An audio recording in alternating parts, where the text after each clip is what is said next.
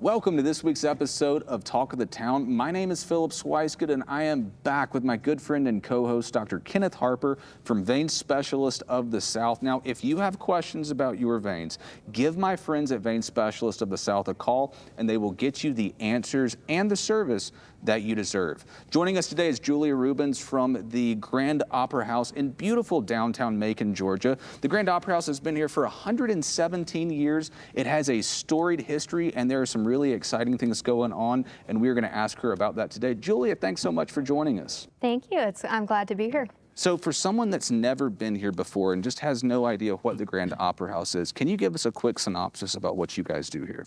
Absolutely. So the Grand is a beautiful historic theater, like you mentioned. It's actually the oldest theater in Macon, Georgia that's still operating. And it's really a vibrant community assembly resource. Anything can happen at the Grand. We've had parties here, we have weddings here, we have all kinds of concerts, all kinds of events. We've had an artist vendor fair here, but we're best known for a couple of really specific things. One of them is being the home of Broadway in Central Georgia.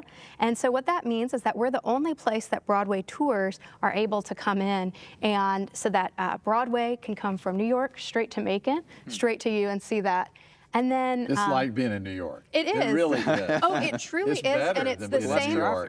It's the same talent oftentimes, and better, and it's the same productions. And the restaurants are real close, and parking's great. Yes. And the price is pretty good price too. Is great. Right. Well, you know, and that's one of the things that we talk about a lot is that our parking is actually free adjacent to the theater, and you're not going to get that. Not only are you not going to get that in New York, you're not going to get that at the Fox Theater in Atlanta. That is true. Yes. So only here at the Grand you can experience a lot right at your doorstep. I think people come down from Atlanta to go to shows here too, don't they? Absolutely. Yeah. People come from all over for different things. One of the things that they come from all over for is the Nutcracker of Middle Georgia. That's another thing we're really well known for. It's a beautiful annual holiday tradition. And then finally, we're really well known for our Grand Kids program. And that's our art education program. That's the first exposure for many people to the arts. Oftentimes it's the first show, first concert or play they've ever seen. So we have tons and tons of people who come by here, or people who I meet, you know, down at the Rookery, down at other places, who say, you know, the first play I went to was in the 2nd grade and I came to the Grand. Wow. Awesome. Now, Philip said 117 years, but I've read 125 years. Tell us what you know about that, what the real truth is. There are legends around about a lot of different things, but what's the truth? Absolutely. So the Grand has a lot of different myths and legends associated with it. And one of the things that we just recently discovered when we just underwent our beautiful renovation in 2018 is that we looked around and we realized that the Grand was not what people thought it was in terms of the history. They thought that it had been built on the foundation of a previous theater called the Academy of Music, and that was built in 1884. And what they found out by looking at the Sanborn fire insurance maps and doing some historic research and excavating is that actually very little of the building that we now stand in is on the same area. It's actually a different part of the block. Really? On Mulberry Street. So the Grand that was built in 1905, 117 years old, is the only building that was the Grand Opera House. So who was the designer and architect of the Grand? Yeah, the Grand was built by W.R. Gunn, and W.R. Gunn built actually over 100 different theaters across the country. And where was he from? He was from New York, and he went all around the country building these theaters. So there's lots of theaters that you'll find that have a similar grandeur to the Grand, and they might be his theaters. And as a fun fact is that he promised the people of Macon when he came here to build this, that if he didn't build it right, that he would give back, he would forfeit $1,000 to the town to prove his craftsmanship. So if you've been to the finest theaters in New York, this rivals any of those I've ever been in. Absolutely, historically. We actually just recently, this is a beautiful story, we just had the cast of Fiddler on the Roof come through on their Broadway tour. And I happened to be in the house, I was doing some work as the cast came in for the first time. They all gasped. Now this is a cast that goes all around the country, and they perform at a different theater every night. And they literally gasped. They started taking videos when they walked into the Grand. That's the beautiful resource that we have here. Now, the latest renovation, what year was that? We completed it in Now, 2018. Mercer led in that endeavor. Yes, and we were helped with some SPLOST funds from Macon-Bibb County. So that's why if you go, especially, I'm talking to the ladies here, is that if you go into the ladies' restroom and you think, oh my goodness, we had people who wept tears of joy because the lines were not so long during intermission. Yep. You can thank both Mercer and then you can thank the county and the SPLOST funds to see how this 100-plus-year-old theater can survive another 100 years with modern amenities. Yeah, that was the biggest thing that people are People excited famously about, talked right? about the ladies' restroom. And you know, I like to say when I give tours, I say, do you know what is the incredible construction renovation, you know, this incredible innovation that made this better? What? We switched the signs on the restrooms. They figured out that the room that the men's restroom was in historically was actually much bigger and had a lot more space to work from than the one that the women's was. So you literally just switched sides and boom, all that So space you don't was miss there. the second half of the show if you have to go to the bathroom. Exactly, exactly. I know that story is true because even before I came to the Grand for the first time, I'd heard stories about the women's bathroom. Yeah, so the I lines. know that is completely true. Yeah, so all the renovations were for people's comfort, for things Right. like that, things like the seats, having upgraded bars, that experience. So a lot of things were to make your experience when you come feel a lot easier. And there's more legroom. Yes, exactly. The Right. legroom on the seats, this is a big one that a lot of people talk about and talk about feeling cramped before. There is a rumor, though, that there is a trap door on the stage up here somewhere. And so if y'all are going to push someone through, I want to ask that it be one of the sound guys over here, Okay. you know, and not Yep, one of us we'll up get you here. through. Wanted to try it. I think I'm good. I think I'm good. Can you tell us about the trap door and how that works? So the famous story, now many famous, incredibly famous names have come through the Grand. So for example, the ballerina Anna Pavlova. People talk about Hank Williams coming through the Grand. Different, wonderful, exciting folks. And one of them was Harry Houdini. And so the trap door that we have on the stage, now the legend is that he actually cut 6 different trap doors, multiple trap doors all around the stage. But what we have left is we have one. That one's right in the corner, right over there behind you all. And we have the Rat King enter in every year for Nutcracker from that stage. And we even had recently John Tesh, when he came and did a concert, he was apparently a big Houdini fan and he insisted on entering in. He changed his whole plans for his concert. He threw all his guys off and wanted to enter in from the Houdini trapdoor. So have you ever gone down up the trapdoor? Oh yeah, yeah, have? I've gone up and down, and it's a very, what I'll tell folks, and I always tell this to people who's come here and let's say they're renting the theater and they say, I want to do this through the trapdoor, right? The biggest thing for them to know is very cramped. You really have to curl yourself up into a little ball to be able to fit back there, to be ready for your entrance. It's a little intimidating. We went back and looked at it. Yeah. It is tight quarters for sure. Yep, yeah, so you couldn't have, for example, an actress in a big ball gown. Right. That would not work. Or a big actor or actress. Yes. You have to be a certain size to actually Yes, fit to in even there. fit in there.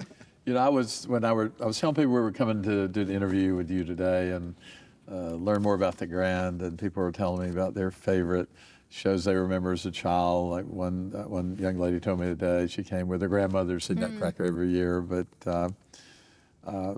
what do you have a favorite show since you've been here? Oh, favorite show since I've been here. Well, the favorite show is probably one that I was a big part of, which was I did an interactive play where you went actually all around and we used all different parts of the theater. People came backstage, the audience came backstage. They explored into the seats. They were in all the front rooms, and that was called Healing a Haunted House, and it told the history of the past, present, and future of Macon's Pleasant Hill neighborhood. Historic Pleasant Hill. So that was very beautiful. But I would say that most recently, we just did the Broadway revival of Fiddler on the Roof, and it felt so vibrant for today because you don't realize with some of these classic Broadway shows, you think, oh, I've known Fiddler on the Roof forever, right? But when I saw the Broadway version, it's actually set in Russian-occupied Ukraine. Wow. So really understanding that story where you have the Russians come kick the folks out of their village, where you see all of that taking place, you realize that a lot of these stories that we're telling on this stage are timeless. That's fantastic. Wow. There was a real buzz last spring when the music production that was on Georgia Public Broadcasting. Oh, yes. Tell us about who was in that And it was recorded, right? And actually people can see that show. Would you share a little bit about that? So officially on Georgia Public Broadcasting, you can watch it streaming now, and it's called A Night of Georgia Music. So A Night of Georgia Music was an incredible brainchild of 3 musicians with deep ties to Georgia: Robert McDuffie, Mike Mills, and Chuck Leavell. Now, Mike Mills, people probably know from REM, the iconic band. Chuck Leavell was part of the Allman Brothers Band and also now tours with the Rolling Stones. And then Robert McDuffie is an internationally renowned concert violinist. And so the 3 of them came together and they took iconic Georgia songs, things like Georgia on My Mind, but also things like Outkast's Hey Ya.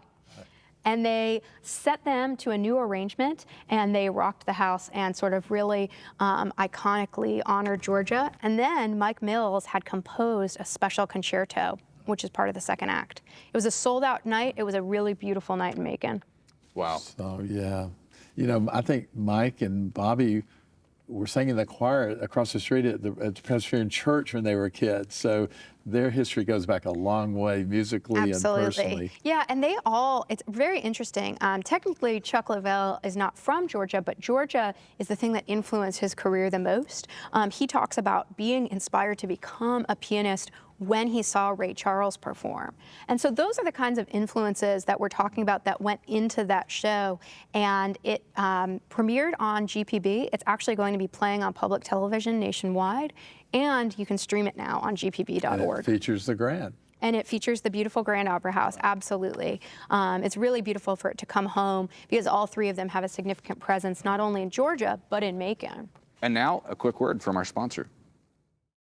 I'm a respiratory therapist, 33-year-old mother of 2, with one of my children having medical needs. I enjoy being outside with my family, and I enjoy riding horses as one of my personal pastimes. After having 2 children, my varicose veins were really painful, and I knew I needed help in order to keep up with my busy lifestyle. That's when I reached out to the only accredited vein center in Central Georgia, Vein Specialists of the South. Meeting with the VSS team, they listened to my concerns and developed a treatment plan perfect for me and my hectic schedule. During my procedure, I could tell the staff truly cared about me and what they do. The procedure was really quick. They put on my favorite music and made me feel completely comfortable the entire time. Recovery was easy, and I was glad I didn't wait. And most of all, it was covered by my insurance. Now, there's nothing stopping this mommy from living her best life. If you need vein care, I encourage you to call Vein Specialists of the South today. All right, so speaking of history, there is a rumor going around that this place is haunted and that there may or may not be a ghost. Can you guys confirm or deny this? So a lot of buildings say that they are haunted, and especially old historic buildings, and they are making it up. They're saying, I heard a noise, or one day I saw something weird. They don't have a real ghost. The Grand Opera House has a real ghost. You have a legit ghost? We have a legit ghost. Okay. His name, famously, is Randall. And what you can see as you look at this actual page from the Macon Telegraph in 1971. Proof of our ghost. And the headline says, Grand Managing Director Found Dead in Theater. Really? And it's true. And one of our previous managing directors back in 1971 actually committed suicide in this building. And if you picture the Grand in your head, and if you see the outside of it, the facade, a lot of people see the Grand, they see our big marquee, and then they see 7-story office building. So a lot of people don't realize this, that we're so far up. If you look up, you can see how far up this goes. Oh, wow. And so he started climbing the stairs. We have a backstage spiral staircase, and he started climbing up to the different levels, trying to get up higher. He had multiple different methods and things that he was going to do, and then eventually passed out up there. And so that is our very gruesome ghost story. And so many technicians, many folks who have been patrons and some of our greatest donors, a lot of folks talk about Randall and about having seen Randall, having him come by. Hopefully he doesn't interfere with this filming too much, but he has become a big part of our lore here at the Grand. As someone who is scared of heights, just thinking about going that high up is just terrifying to me. So yes. Yeah, wow. Yes, and he went, like I said, with several different things that he could do. He went with drugs, he went with a gun. There was all kinds of things, a bottle of bourbon. happen. So there's all kinds of aspects to the Halloween lore. Wow. So are there any other stories that people find interesting? I know you do tours. So lead with kind of tell us about the tour. Absolutely. Give everybody a teaser about one story you might tell about the tour. Absolutely. So we do give tours here, and we're actually hoping to be giving them very soon, more frequently. You'll be able to find that details on our website, thegrandmacon.com. But if you go there right now and you email us, anyone can come give a tour. It's $7 for admission. And it's a really beautiful hour-long going. You'll be able to go backstage to where all the stars are and all the different nooks and crannies. You'll be able to go up and down. You'll be able to go to spaces that we don't allow to the general public. And so one teaser that I will say is that you will find out at that show what is the only world movie premiere that has ever premiered in Macon that came to the Grand. That's a teaser. Hold on, we gotta. Are you going to try to guess? She probably won't tell you if She you probably get it wouldn't tell right, me, 'cause yeah. you need to come to the tour. Yeah.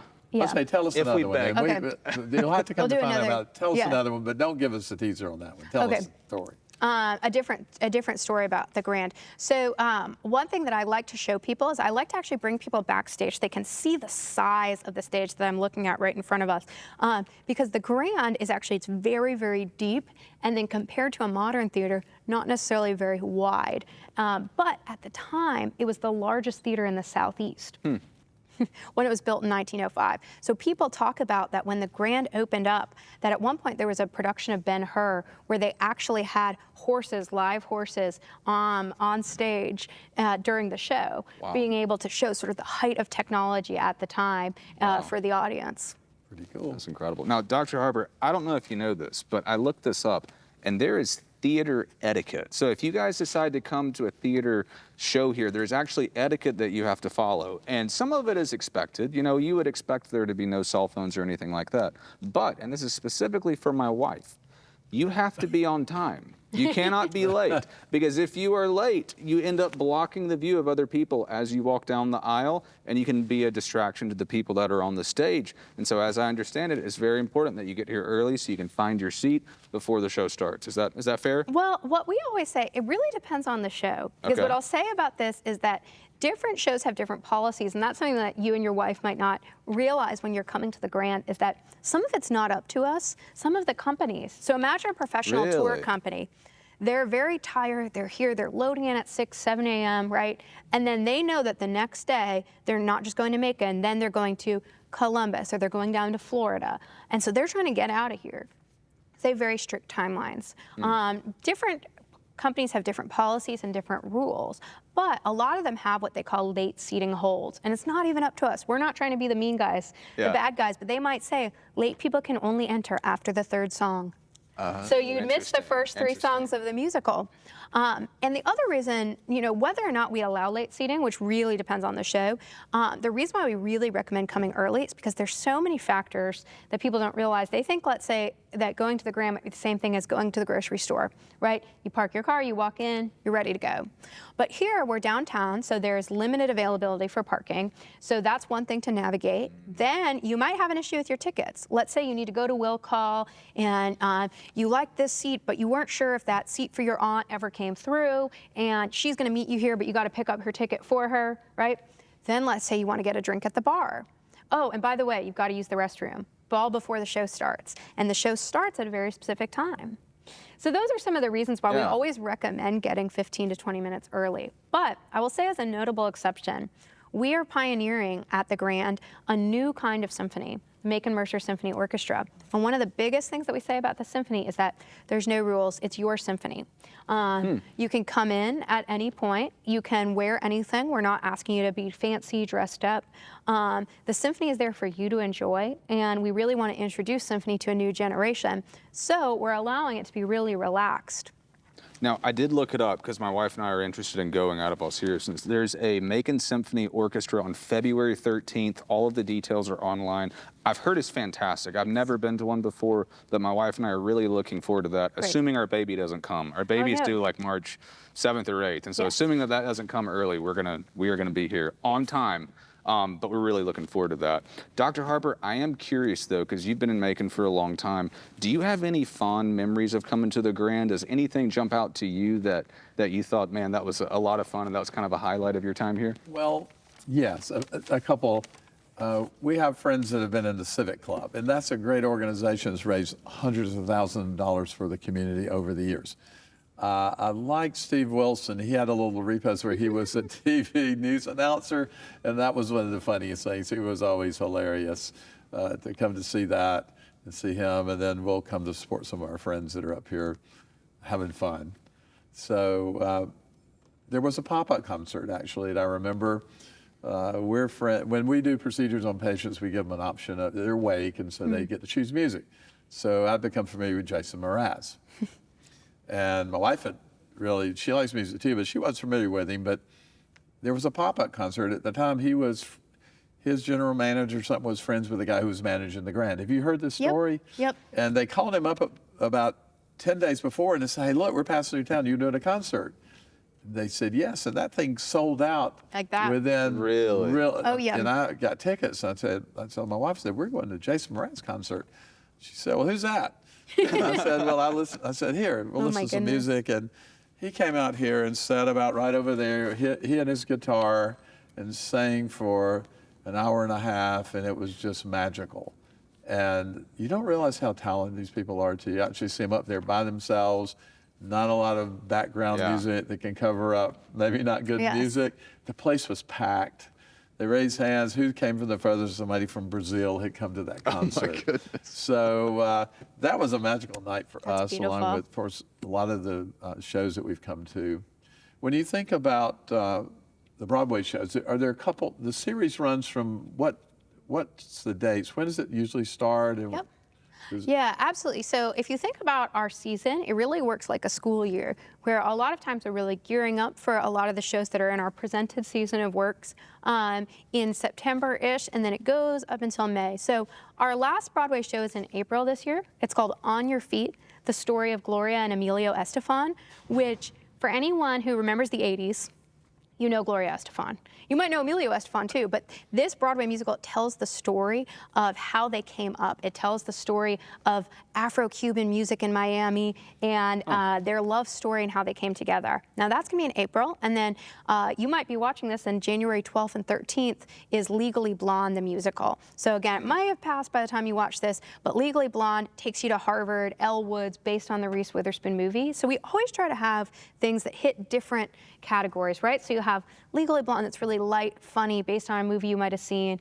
You have Gloria Estefan, again, taking place in beautiful Miami, giving that nostalgia to the 80s. And then we had Fiddler on the Roof earlier in the season.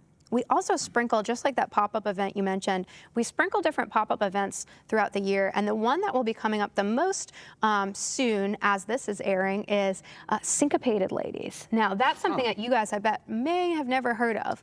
But what you need to know is that they are a viral YouTube sensation with over 100 million views. And they've performed on stage with Beyonce. Wow. So even though you might not think they're a big deal, they're definitely a big deal. And they're this wonderful female tap dance band. So you might not think of tap dance as a concert, but you should come see these ladies. Like I said, if you like Beyonce, you like pop music, you like really high energy, fun things, you'll really love this show. Are there tickets available for the 2 shows left for this season? Yes, absolutely. There's tickets available for both Legally Blonde and for On Your Feet, the story of Gloria and Emilio Estefan. Do you know what's next year, or do you know yet? So we keep that very close to the vest until we're going to announce it at a patron party in April. And the way to get on that list is to be a Broadway subscriber. So being a subscriber, you save 15% on your seats. You get to sit in your favorite seat every single time. And they find out the season early. So they'll know before anyone else knows. And they're the ones that get to go to every single Broadway show. Can people find that information on the website? Absolutely. So when we start to release that in late April, early May-ish, that will be at thegrandmacon.com. You can also always find out about the shows that are coming up and ask any questions at our box office, which is 478-301. 5470. And I'll say one more slight thing, which is that a lot of people have been talking about tickets lately because of Taylor Swift. They've been talking about all kinds of things at Ticketmaster. And a lot of people hate those online ticket fees. Now, if you call our box office, you don't have to pay any internet fees. You can just pay the base ticket price. That's fantastic. Now, Julia, as we move towards wrapping up here and you begin to look ahead to 2023 and the schedule that you have coming up, you've walked through a few really big name events that you guys have here. But if there's one event that someone that has never been to the Grand that is going to be their first impression, Okay. if you had to think through what the best first impression of the Grand would be for someone coming in 2023, what do you think that would be? So what I would say is actually start small. We have experiences for everyone. You don't necessarily have to come here for a $50, $60 concert. And we have a $5 movie series. And so the next Really? film that'll be coming up, yes, $5 classic films downtown all the time. It's the best date night, gentlemen. I love it. Great idea. Take it downtown Friday nights. Really easy. It leaves you some change in your wallet to go downtown and walk over to a restaurant. And our next one is going to be February 10th. We're going to be showing Sleepless in Seattle. So if you need a Valentine's weekend plan, Sleepless in Seattle will be great. All right, February 10th. This is going to air in January, February 10th, Sleepless in Seattle. That should be sold out, right? It's That's going to be a really fantastic. beautiful movie, but we have all kinds of film screenings. And then if I were to recommend a live show, it would definitely be, if you haven't come seen the Macon Mercer Symphony Orchestra, that will be February 13th. And that will star this particular Macon Mercer Symphony Orchestra day before Valentine's Day, again, for the gentlemen in the room. And will star Jasmine Habersham, who's a Macon local. She actually graduated from Central High School. She's from here, and she is now an opera star all over the world, and she's coming back home to greet us for the Macon Mercer Symphony. Julia, thanks so much for joining us today and telling us about all of the great things that are going on here at the Grand Opera House. Macon is a better community for the work that you guys do here, and we are really appreciative and look forward to coming here in the future. Thanks so much for having me, guys. And thanks so much for all of you for watching at home. Stay tuned for where me and Dr. Harper might turn up next. You never know where that might be.